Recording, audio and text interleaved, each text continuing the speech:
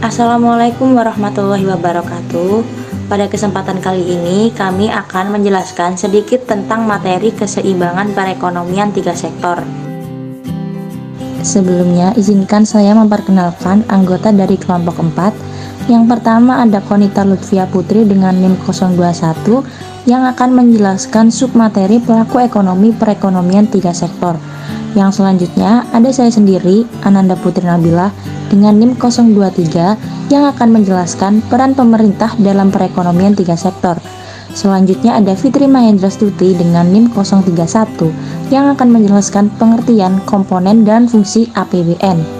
Selanjutnya ada Diva Sari Eka Putri dengan NIM 051 yang akan menjelaskan circular flow perekonomian tiga sektor. Selanjutnya Vina Dia Novianti NIM 061 yang akan menjelaskan keseimbangan perekonomian tiga sektor. Selanjutnya ada Rosi Yudhistira dengan NIM 063 yang akan menjelaskan perhitungan pendapatan nasional keseimbangan tiga sektor. Dan yang terakhir ada Fitria Elsa Bella dengan NIM 071 yang akan memperjelaskan kurva keseimbangan pendapatan nasional tiga sektor. Pelaku ekonomi perekonomian tiga sektor. Nah, yang pertama-tama apa sih pengertian perekonomian tiga sektor? Perekonomian tiga sektor adalah perekonomian yang meliputi kegiatan dalam sektor perusahaan, sektor rumah tangga, dan juga sektor pemerintah. Nah, tiga sektor tersebut merupakan pelaku ekonomi dari perekonomian tiga sektor. Berbeda dengan perekonomian dua sektor, di perekonomian tiga sektor ini mereka menambahkan sektor pemerintah dalam analisis ekonominya. Dengan demikian, dalam menganalisis perekonomian tiga sektor, pada hakikatnya akan diperhatikan peranan dan pengaruh pemerintah atas kegiatannya dalam suatu perekonomian. Campur tangan pemerintah ini menimbulkan dua perubahan penting dalam proses penentuan keseimbangan pendapatan nasional, yaitu yang pertama, pungutan pajak yang dilakukan pemerintah akan mengurangi pengeluaran agregat melalui pengurangan atas konsumsi rumah tangga, dan yang kedua, pajak memungkinkan pemerintah melakukan perbelanjaan dan ini akan menaikkan perbelanjaan agregat. Lalu kedua aliran pengeluaran atau pendapatan ini akan mengubah pola aliran pendapatan dalam perekonomian. Dalam ekonomi tiga sektor, belum terdapat kegiatan mengekspor dan mengimpor, karena interaksi ekonomi ini hanya terjadi dalam negeri, yang artinya barang ataupun jasa hanya diproduksi dalam negeri dan hanya akan dikonsumsi oleh sektor rumah tangga dalam negeri. Oleh sebab itu, ekonomi tiga sektor dinamakan juga dengan ekonomi tertutup. Peran pemerintah dalam perekonomian tiga sektor. Pelaksanaan sistem perekonomian dalam suatu negara sudah pasti secara langsung maupun tidak langsung akan melibatkan peran serta dari pemerintah. Dalam sistem perekonomian modern, menurut Ratu Devi Azizah, peranan pemerintah dapat digolongkan dalam tiga bagian. Yang pertama yaitu peranan alokasi. Peranan alokasi oleh pemerintah ini sangat dibutuhkan terutama dalam hal penyediaan barang-barang yang tidak dapat disediakan oleh swasta, yaitu barang-barang umum atau disebut juga dengan barang publik. Karena dalam sistem perekonomian suatu negara, tidak semua barang dapat disediakan oleh swasta dan dapat diperoleh melalui sistem pasar. Dalam hal seperti ini, maka pemerintah harus bisa menyediakan apa yang disebut barang publik tadi. Tidak dapat tersedianya barang-barang publik tersebut melalui sistem pasar disebut dengan kegagalan pasar. Hal ini dikarenakan manfaat dari barang tersebut tidak dapat dinikmati hanya oleh yang memiliki sendiri, tapi dapat dimiliki ataupun dinikmati pula oleh orang lain. Yang kedua yaitu peranan distribusi, di mana peranan distribusi merupakan peranan pemerintah sebagai distribusi pendapatan dan kekayaan. Tidak mudah bagi pemerintah dalam menjalankan peranan ini, karena distribusi ini berkaitan erat dengan masalah keadilan, sedangkan masalah keadilan sudah terlalu kompleks. Sebab keadilan ini merupakan satu masalah yang bisa ditinjau dari berbagai persepsi. Bahkan, masalah keadilan ini juga tergantung dari pandangan masyarakat terhadap keadilan itu sendiri. Karena keadilan itu merupakan masalah yang relatif dan juga dinamis. Peranan yang ketiga atau yang terakhir yaitu peranan stabilisasi. Kegiatan menstabilisasikan perekonomian yaitu dengan menggabungkan kebijakan-kebijakan moneter dan kebijakan-kebijakan lain seperti kebijakan fiskal dan perdagangan untuk meningkatkan atau mengurangi besarnya permintaan agregat sehingga dapat mempertahankan full employment dan menghindari inflasi maupun deflasi. Peranan stabilisasi pemerintah dibutuhkan jika terjadi gangguan dalam menstabilkan perekonomian, seperti terjadinya deflasi dan inflasi, penurunan permintaan atau penawaran suatu barang, yang nantinya masalah-masalah tersebut akan mengakibatkan timbulnya masalah lain secara berturut-turut, seperti pengangguran, stagflasi, dan juga lain-lainnya. Sedangkan menurut Anne Ahira, peranan pemerintah dalam perekonomian tiga sektor yaitu sebagai berikut. Yang pertama sebagai pengatur. Pemerintah memiliki peranan sentral sebagai pengatur perekonomian yang terjadi di masyarakat. Hal ini dilakukan sebagai upaya menjaga stabilitas perekonomian masyarakat agar tetap berjalan baik dan tidak menimbulkan kerugian bagi masyarakat.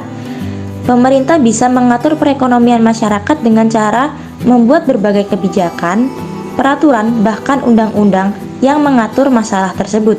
Selain itu, pemerintah juga berperan sebagai konsumen. Dalam ilmu ekonomi, konsumen merupakan orang yang memakai atau memanfaatkan barang dan jasa hasil produksi untuk memenuhi kebutuhan. Selanjutnya, pemerintah berperan sebagai produsen. Dalam ilmu ekonomi, produsen adalah orang yang menghasilkan barang dan jasa untuk dijual atau dipasarkan. Yang keempat, sekaligus yang terakhir, yaitu sebagai pajak. Pemerintah memiliki tugas untuk menarik pajak dari setiap wajib pajak untuk mempertahankan stabilitas ekonomi negara. Maka dapat disimpulkan bahwa peranan pemerintah dalam perekonomian tiga sektor yaitu yang pertama sebagai pengawas untuk mengawasi roda perekonomian dalam suatu negara dengan berpedoman pada peraturan dan perundang-undangan yang ada. Yang kedua yaitu sebagai pengatur atau orang atau badan yang bertugas mengendalikan jalannya suatu aktivitas. Untuk materi yang selanjutnya yaitu pengertian, komponen, dan fungsi APBN. Untuk yang pertama saya akan menjelaskan mengenai pengertian APBN. Nah, apa sih APBN itu? Anggaran pendapatan dan belanja negara atau biasa disebut dengan APBN merupakan rencana keuangan tahunan pemerintah Indonesia yang disetujui oleh Dewan Perwakilan Rakyat. APBN sendiri berisi tentang daftar sistematis dan terperinci yang memuat rencana penerimaan dan pengeluaran negara selama 1 tahun anggaran, yaitu pada 1 Januari hingga 31 Desember. Ada juga beberapa pengertian APBN menurut Undang-Undang Nomor 17 Tahun 2003 tentang Keuangan Negara. Yang pertama, pada pasal 1 ayat 7 menjelaskan bahwa APBN merupakan rencana keuangan tahunan pemerintahan negara yang disetujui oleh DPR. Yang kedua, pada pasal 11 ayat 2 menjelaskan bahwa APBN terdiri atas anggaran pendapatan, anggaran belanja, dan pembiayaan. Yang ketiga, pada pasal 4 menjelaskan bahwa APBN meliputi masa 1 tahun, mulai dari tanggal 1 Januari sampai dengan tanggal 31 Desember. Yang keempat, pada pasal 11 ayat 1 menjelaskan bahwa APBN ditetapkan tiap tahun dengan undang-undang. Dan yang terakhir, pada pasal 3 ayat 4 menjelaskan bahwa APBN mempunyai fungsi otorisasi, perencanaan, pengawasan, alokasi, distribusi, dan stabilisasi.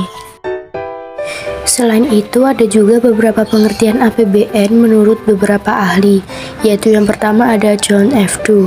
Menurut John F. Doe, APBN adalah suatu pernyataan mengenai perkiraan pengeluaran dan penerimaan negara yang diharapkan akan terjadi dalam suatu periode di masa depan atau yang akan datang, serta data dari pengeluaran dan penerimaan yang benar-benar terjadi di masa lalu.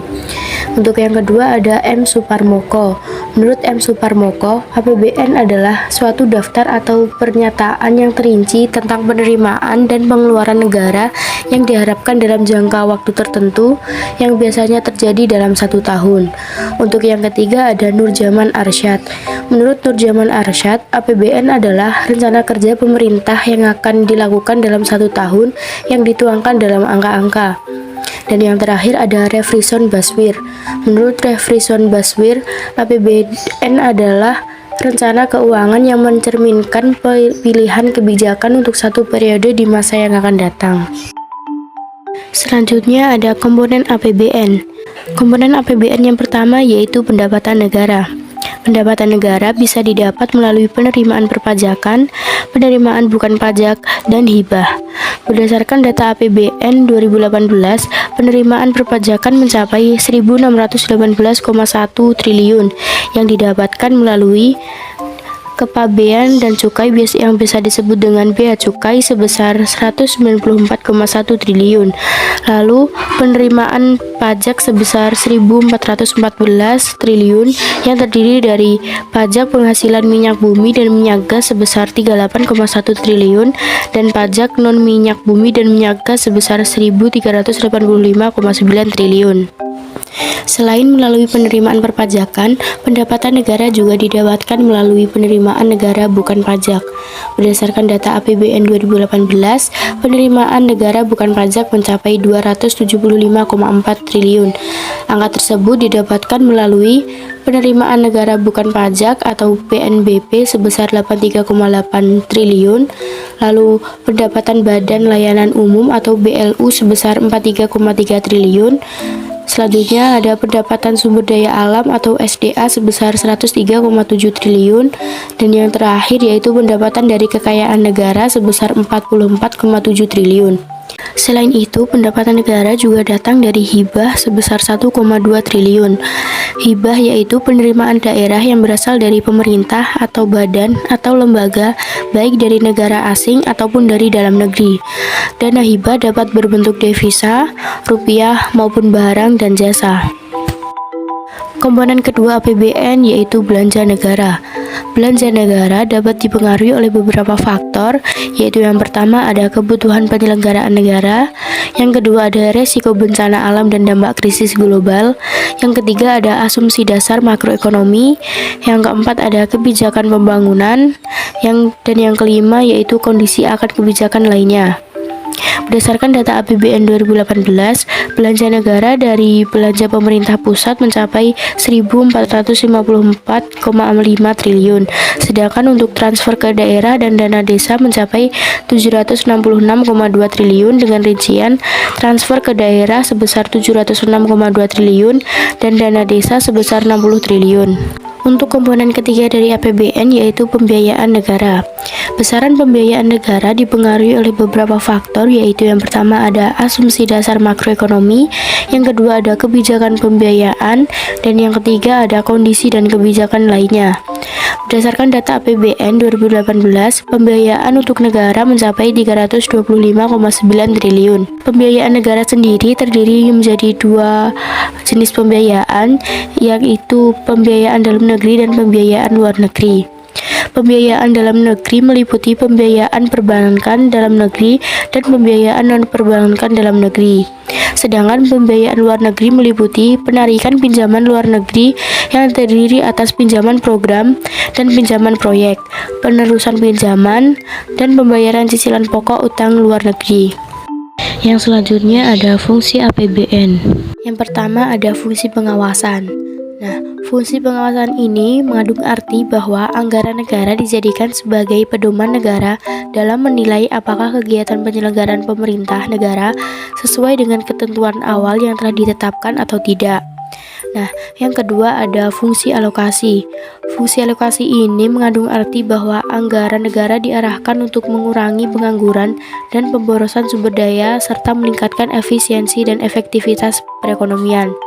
Yang ketiga yaitu fungsi distribusi. Fungsi distribusi ini mengandung arti bahwa anggaran negara harus memperhatikan rasa keadilan dan kepatutan untuk mencapai sama rasa dan sama rata antar wilayah dan antar daerah. Yang keempat ada fungsi stabilisasi. Fungsi stabilisasi ini mengandung arti bahwa anggaran negara menjadi alat kontrasepsi, memelihara dan mengupayakan keseimbangan fundamental perekonomian melalui intervensi untuk mencegah inflasi dan deflasi negara yang tinggi. Yang kelima ada fungsi otorisasi. Fungsi otorisasi ini mengandung arti bahwa anggaran negara menjadi dasar untuk melaksanakan pendapatan dan belanja setiap tahunnya. Dengan demikian, pengeluaran atau pendapatan bertanggung jawab kepada rakyat. Yang keenam ada fungsi perencanaan. Fungsi perencanaan ini mengandung arti bahwa anggaran negara dapat menjadi pedoman bagi negara untuk mengatur dan merencanakan dana yang akan dibutuhkan untuk kegiatan tertentu pada tahun tersebut.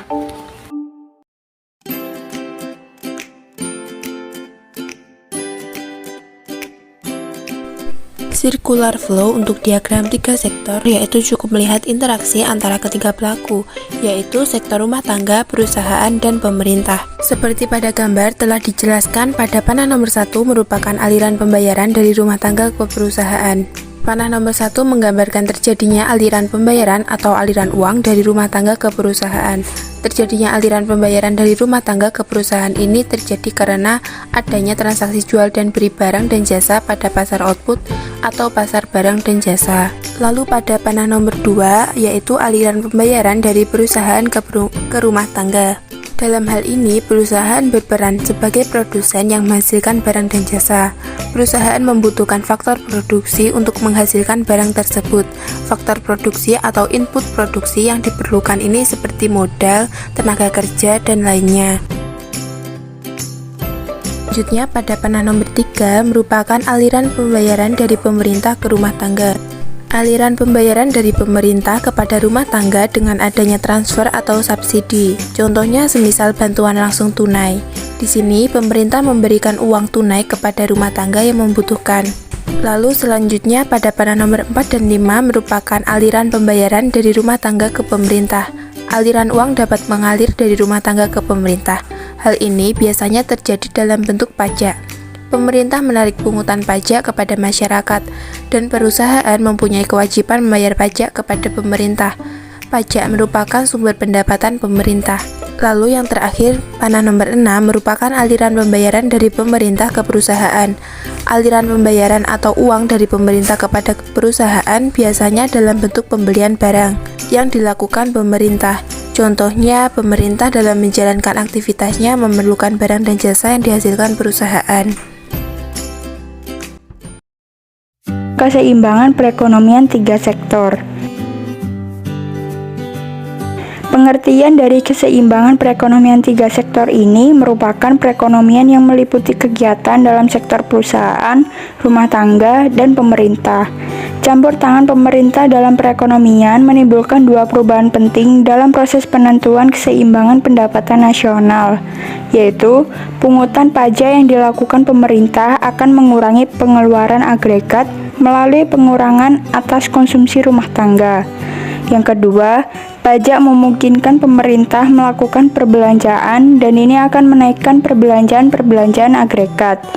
Keseimbangan perekonomian tiga sektor disebut dengan perekonomian tertutup, dikarenakan perekonomian tiga sektor ini belum mencapai ke tahap ekspor maupun impor, jadi hanya sebatas di dalam negara saja.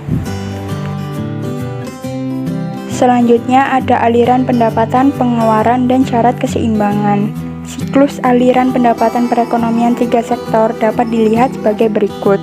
Yang pertama, ada pembayaran pajak oleh rumah tangga dan perusahaan kepada pemerintah. Pembayaran pajak tersebut menimbulkan pendapatan kepada pihak pemerintah. Ia merupakan sumber pendapatan pemerintah yang terutama. Aliran baru yang kedua adalah pengeluaran dari sektor pemerintah ke sektor perusahaan. Aliran ini menggambarkan nilai pengeluaran pemerintah ke atas barang dan jasa yang diproduksi oleh sektor perusahaan. Aliran yang ketiga adalah aliran pendapatan dari sektor pemerintah ke sektor rumah tangga. Aliran itu timbul sebagai akibat dari pembayaran ke atas konsumsi faktor-faktor produksi yang dimiliki sektor rumah tangga oleh pemerintah. Selanjutnya, ada ciri-ciri pokok aliran pendapatan dan pengeluaran dari perekonomian tertutup. Antara lain, 1. Pembayaran oleh sektor perusahaan sekarang dapat dibedakan menjadi 2 jenis, yaitu pembayaran kepada sektor rumah tangga sebagai pendapatan kepada faktor-faktor produksi dan pembayaran pajak pendapatan perusahaan kepada pemerintah.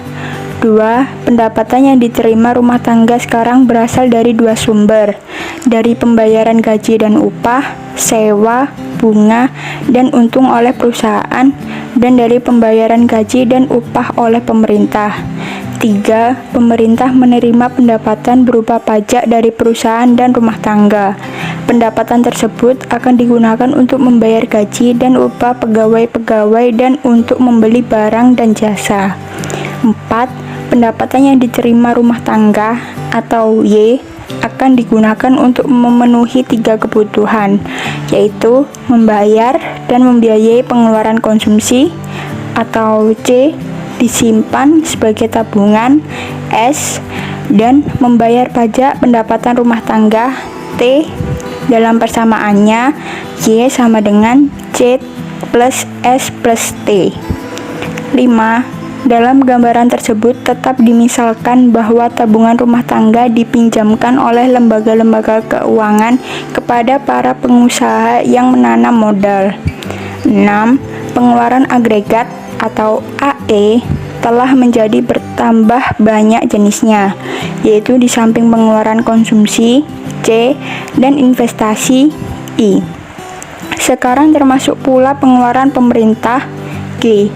Dalam persamaannya, AE sama dengan C plus I plus G. Syarat keseimbangan. Uraian yang terdahulu telah menunjukkan bahwa dalam keseimbangan berlaku kesamaan sebagai berikut, Y sama dengan C plus I plus G. Sedangkan pada setiap tingkat pendapatan nasional berlaku kesamaan, Y sama dengan C plus S plus T. Dengan demikian, pada keseimbangan pendapatan nasional berlaku kesamaan sebagai berikut. C plus I plus G sama dengan C plus S plus T. Apabila C dikurangi dari setiap ruas, maka I plus G sama dengan S plus T. Dalam perekonomian 3 sektor, I dan G adalah suntikan ke dalam sirkulasi aliran pendapatan, sedangkan S dan T adalah kebocoran. Dengan demikian, dalam keseimbangan ekonomi 3 sektor juga berlaku keadaan suntikan sama dengan bocoran. Sebagai kesimpulan, dapatlah dirumuskan bahwa dalam perekonomian 3 sektor yang mencapai keseimbangan akan berlaku keadaan yang berikut. Yang pertama, Y sama dengan C plus I plus G. Lalu untuk yang kedua ada I plus G sama dengan S plus T. Materi selanjutnya adalah perhitungan pendapatan nasional perekonomian 3 sektor. Pendapatan yang diterima oleh rumah tangga juga digunakan untuk membayar pajak kepada pemerintah. Pajak yang diterima pemerintah sebagian diberikan kepada masyarakat atau badan tertentu pemerintah tanpa adanya balas jasa langsung. Pemberian dana dari pemerintah dengan cuma-cuma disebut juga dengan transfer payment. Dengan demikian, pendapatan disposable akan berkurang kalau membayar pajak dan bertambah bila mendapat pembayaran transfer payment dari pemerintah, sehingga kita temui persamaannya adalah YS sama dengan Y plus TR atau sama dengan min TS. Seperti halnya perekonomian 2 sektor, untuk menentukan besarnya pendapatan nasional, keseimbangan 3 sektor dapat melalui cara yaitu Y sama dengan A plus B dikali TR min B kali TX plus I plus G dibagi I min B. Perlu diketahui bahwa investasi dan pajak pada kasus ini merupakan variabel eksogen, artinya bahwa pengeluaran investasi dan pajak tidak dipengaruhi pendapatan. Contohnya, jika diketahui soal dengan C sama dengan 500 plus 0,8 YD, I sama dengan 100, TX sama dengan 50, TR sama dengan 75, dan G sama dengan 100. Kemudian, hitung besar pendapatan nasional keseimbangannya. Langkah pertama dapat dilihat pada gambar atau video. Mengetahui hasil C dan S dapat dilihat beberapa langkah atau step yang ada di video. Kemudian kita menentukan Y, di mana Y sama dengan C plus I plus G sama dengan 300 ditambah 100 ditambah 100 sama dengan 3600. Jadi keseimbangan pendapatannya adalah 3600. Jenis-jenis pajak. Yang pertama, pajak langsung. Pajak langsung adalah jenis pungutan pemerintah yang secara langsung dikumpulkan dari pihak yang wajib membayar pajak. Setiap individu yang bekerja dan perusahaan yang menjalankan kegiatan dan memperoleh keuntungan wajib membayar pajak. Yang kedua, pajak tak langsung. Pajak yang bebannya dapat dipindah-pindahkan kepada pihak lain. Pajak tak langsung juga dapat didefinisikan sebagai perpajakan pada individu atau entitas yang pada akhirnya dibayarkan oleh orang lain. Badan yang mengumpulkan pajak kemudian akan mengirimkannya atau melaporkannya ke pemerintah. Selanjutnya, bentuk-bentuk pajak pendapatan. Yang pertama, pajak regresif. Pajak regresif adalah sistem pajak yang persentasenya menurun apabila pendapatan yang dikenakan pajak menjadi bertambah tinggi. Dalam sistem ini, pada pendapatan rendah, pajak yang dipungut meliputi bagian yang paling tinggi dari pendapatan tersebut. Tetapi, semakin tinggi pendapatan, semakin kecil persentase pajak itu dibandingkan dengan keseluruhan pendapatan. Yang kedua, pajak proporsional. Pajak proporsional adalah presentasi pungutan pajak yang tetap besarnya pada berbagai tingkat pendapatan, yaitu dari tingkat pendapatan yang sangat rendah kepada yang sangat tinggi. Dalam sistem pajak ini, tidak dibedakan di antara penduduk yang kaya atau miskin dan di antara perusahaan besar dan perusahaan kecil. Yang ketiga, pajak progresif. Pajak progresif adalah sistem pajak yang presentasinya bertambah apabila pendapatan semakin meningkat. Pajak ini menyebabkan pertambahan nominal pajak yang dibayar akan menjadi semakin cepat apabila pendapatan semakin tinggi. Kurva keseimbangan pendapatan nasional 3 sektor. Contoh soal keseimbangan perekonomian 3 sektor diketahui: A. 85, B. 0,75, I. 100. Pajak 20% dari pendapatan nasional atau T 0,20Y. Belanja pemerintah atau G 80. Tentukan A. Fungsi konsumsi, B. Fungsi tabungan atau saving, C. Keseimbangan perekonomian secara agregat dan secara suntikan bocoran. D. Gambarkan kurva keseimbangan perekonomian 3 sektor. Selanjutnya adalah pembahasan. Mencari fungsi konsumsi.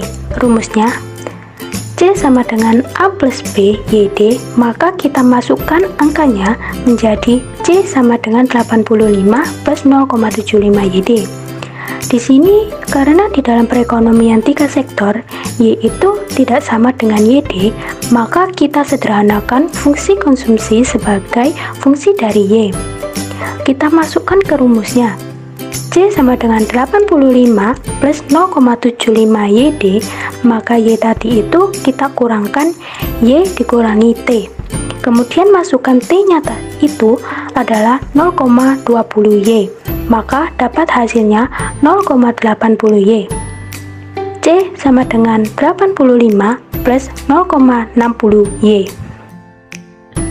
Sekarang kita lihat fungsi tabungan atau saving. S sama dengan min A plus MPS YD atau S sama dengan min A plus 1 min B YD. Kita masukkan angka B-nya tadi 0,75, maka S-nya itu min 85 plus 0,25 YD. Maka karena YD tadi itu di dalam perekonomian 3 sektor tidak sama dengan Y, maka kita sederhanakan fungsi tabungan menjadi fungsi tabungan sebagai fungsi dari Y. Maka kita masukkan ke dalam rumusnya.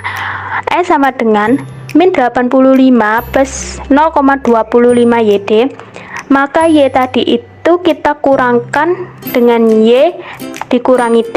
Kemudian masukkan T-nya itu adalah 0,20Y, maka dapat hasilnya 0,80Y. S sama dengan min 85 plus 0,20Y. Selanjutnya mencari keseimbangan perekonomian 3 sektor secara agregat. Rumusnya adalah Y sama dengan C plus I plus G. Kita masukkan angkanya menjadi Y sama dengan 85 plus 0,60Y plus 100 plus 80. Hasilnya Y sama dengan 265 plus 0,60Y. Untuk mencari nilai Y, kita pindahkan 0,60Y ke ruas kiri, maka didapat Y min 0,60Y sama dengan 265. Kemudian kita cari Y min 0,60Y, maka hasilnya 0,40Y sama dengan 265. Disederhanakan, dapatlah Y sama dengan 662,5. Sekarang kita lihat keseimbangan perekonomian tiga sektor secara suntikan dan bocoran. Rumusnya I sama dengan S kalau di dua sektor, sedangkan untuk tiga sektor itu adalah I plus G sama dengan S plus T. Kita masukkan angkanya menjadi 100 plus 80 sama dengan min 80 plus 0,20Y. Maka hasilnya adalah 180 sama dengan min 85 plus 0,40Y. Untuk mencari nilai Y, maka 180 kita pindah ruaskan ke kanan dan 0,40Y kita pindahkan ke ruas kiri, maka menjadi min 0,40Y sama dengan min 85 min 180. Kemudian dapatlah hasilnya min 0,40Y sama dengan min 265. Kita sederhanakan, dapatlah Y-nya itu sama dengan 662,5. Untuk gambar kurva keseimbangan perekonomian tiga sektor secara agregat, kita mencari garis konsumsi dulu sebelum pajak. Rumusnya Y sama dengan C, kemudian kita masukkan angkanya menjadi Y sama dengan 85 plus 0,75 YD.